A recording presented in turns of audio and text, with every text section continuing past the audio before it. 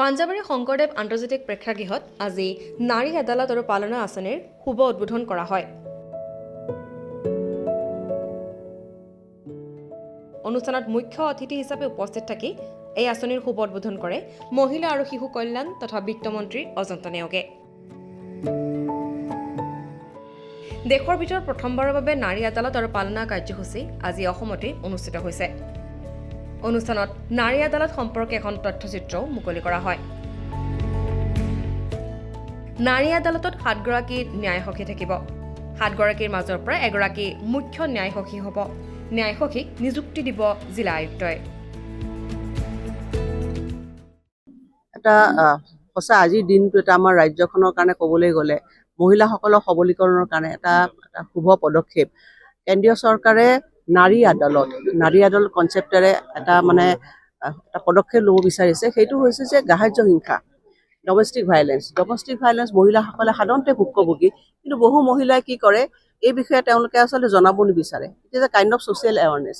গতিকে আমি কি হ'ব, পঞ্চায়তবিলাকত আমি এখন কমিটি হ'ব। সেই কমিটিৰ জৰিয়তে যিবিলাক মহিলা ভুক্তভোগী হৈছে সেইবিলাকো তেওঁলোকে আহিব, তেওঁলোকে যেনিবা কমপ্লেইন দিয়ে, সেই তাৰ আধাৰত ছ'চিয়েলি তেওঁলোকে এটা এই ক্ষেত্ৰত এটা মীমাংসা কৰিব পাৰিব। আমি ভাবোঁ যে বহু মহিলাই তেওঁলোকে যদি ডমেষ্টিক ভাইলেঞ্চৰ বলিও হৈ থাকে, তেওঁলোকে কথাবিলাক নকয় আৰু সেইকাৰণে গোটেই কথাবিলাকে হাচাপ হৈ থাকে। কাৰণ আমি কেছো কৰিবৰ কাৰণেও কেতিয়াবা নাযায়, কেতিয়াবা এনেকুৱা ধৰণৰ ইনচিডেণ্ট হয়, সৰু কিছুমান ইনচিডেণ্ট। এইবিলাক ইনচিডেণ্ট যদি আমি সামাজিকভাৱে সেইখিনি আমি তাতে হস্তক্ষেপ কৰোঁ, তেতিয়াহ'লে তাতে নাইকিয়া হৈ যাব পাৰে। আৰু আপোনালোকে দেখিছে যে ভাৰতবৰ্ষৰ যিটো ন্যায়িক ব্যৱস্থা, যিটো আমি জাষ্টিচ চিষ্টেম বুলি কওঁ, এই চিষ্টেমটো আচলতে এটা সময়ত কি আছিল, মানুহবিলাকৰ এনেকুৱা ধৰণৰ সামাজিক সমস্যা হ'লে, পাৰিবাৰিক কিবা মাটি বাৰী সমস্যা, ধৰক ডমেষ্টিক ভাইলেঞ্চ, চোতালতে তেওঁলোকে এইবিলাক ৰিজল্ভ কৰিছিলে।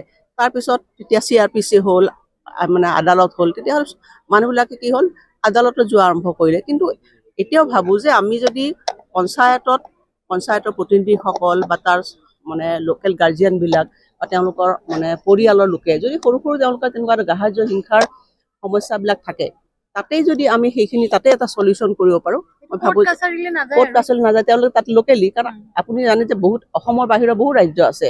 এতিয়াও আমি দেখিছোঁ যে বিহাৰৰ নিচিনা জেগাবিলাকত বা বহু ভিতৰুৱা জেগাবিলাকত এতিয়াও কিন্তু পঞ্চায়তত তেওঁলোক গছৰ তলত বহি পেলাই এনেকুৱা ধৰণৰ তেওঁলোকৰ লোকেল পঞ্চায়ত বুলি কয়, তাতে তেওঁলোকে এইবিলাক সৰু যিবিলাক তেওঁলোকৰ মাজত সমস্যা থাকে, সেই সমস্যাবিলাক তাত মীমাংসা কৰে। সেইটো এটা is a kind of women empowerment, য'ত মহিলাসকলৰ সমস্যাবিলাক, তেওঁলোকৰ ওপৰত হোৱা অত্যাচাৰ, বিভিন্ন ধৰণৰ কথাত য'ত আমি তলতেই এইবিলাক মীমাংসা কৰিব পাৰোঁ, সেইটো এটা পদক্ষেপ। অসমত 200খন পালনাৰ ব্যৱস্থা কৰা হ'ব। এই পালনাসমূহ প্ৰথমতে মডেল অংগনবাড়ী কেন্দ্ৰসমূহত স্থাপন কৰা হ'ব। Bureau' report B24 অসমেনি।